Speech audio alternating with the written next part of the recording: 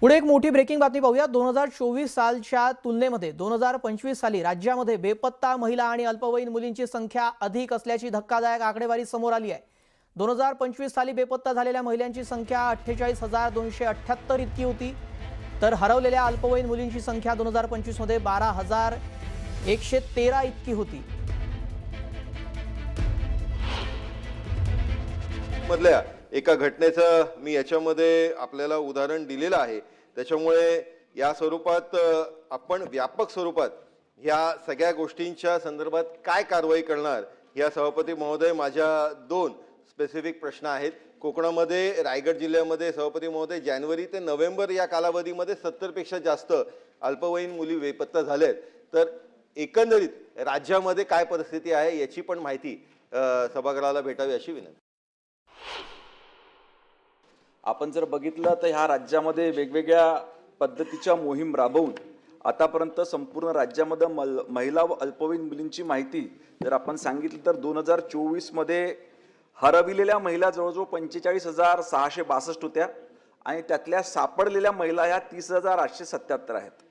तर हरविलेल्या मुली ज्या अल्पवयीन होत्या त्या 11,316 आणि त्यातल्या मिळालेल्या ज्या अल्पवयीन मुली आहेत त्या आहेत 8,475। त्याच पद्धतीनं 2025 मध्ये 48,278 महिला हरविल्या होत्या, त्यातल्या 36,581 सापडल्या आणि अल्पवयीन मुली ह्या 12,113 आणि त्यातल्या मिळून आलेल्या 10,295 अशा पद्धतीच्या घटना संपूर्ण राज्यामध्ये झाल्या। रायगडमध्ये देखील त्या ठिकाणी जानेवारी ते नोव्हेंबर 2025 मध्ये हरविलेल्या मुली 70 होत्या, त्यातल्या 66 मुली आपल्या विभागाने त्या ठिकाणी परत आणून दाखवल्या। याच्याकरिता अधिक वेगानं ही कार्यवाही व्हावी याच्याकरता संपूर्ण देशभरामध्ये केंद्र सरकारच्या गृह मंत्रालयानं ऑपरेशन मुस्कान त्या ठिकाणी राबविलं आणि या ऑपरेशन मुस्कानच्या माध्यमातून देखील आपण मोठ्या प्रमाणात त्या ठिकाणी हरविलेल्या महिला असो किंवा हरविलेल्या आपल्या अल्पवयीन मुली असो त्या ठिकाणी शोधून काढलेल्या। त्याच पद्धतीनं राज्य सरकारच्या वतीनं ऑपरेशन शोध ही विशेष मोहीम आपण त्या ठिकाणी राबविली। म्हणून आपण स्पेशल सेल याचा अपॉइंट केला आणि स्पेशल सेल अपॉइंट करून त्यांना दर महिन्याला एक त्याची बैठक होते।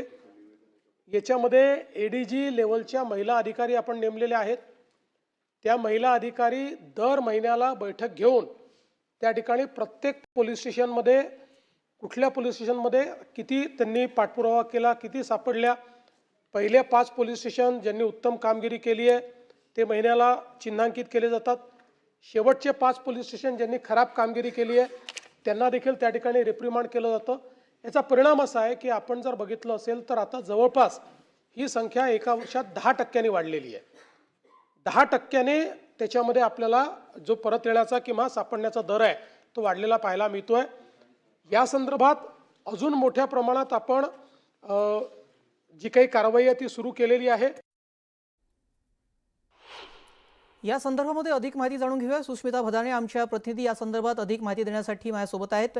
सुस्मिता, आपण पाहतो विधान परिषदेमध्ये या संदर्भातली माहिती देण्यात आलेली आहे। अतिशय धक्कादायक ही आकडेवारी आहे। सुमारे जर पाहायला गेलं तर 50,000 महिला बेपत्ता झाल्या आहेत। 2024 मध्ये किती आकडेवारी होती, 2025 मध्ये ते 10% वाढलेली आहे।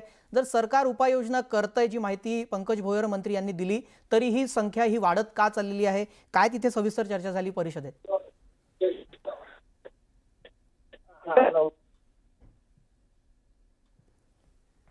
सुस्मिता यांच्यापर्यंत माझा आवाज पोहोचत नाहीये, तांत्रिक अडचणीमुळे त्यांच्याशी संपर्क करण्याचा प्रयत्न करूयात। मात्र आपण पाहतोय परिषदेमध्ये या संदर्भातली एक धक्कादायक आकडेवारी जाहीर करण्यात आलेली आहे। बेपत्ता महिलांच्या संख्येमध्ये गेल्या वर्षीच्या तुलनेमध्ये जवळजवळ 10%ची वाढ झालेली आहे।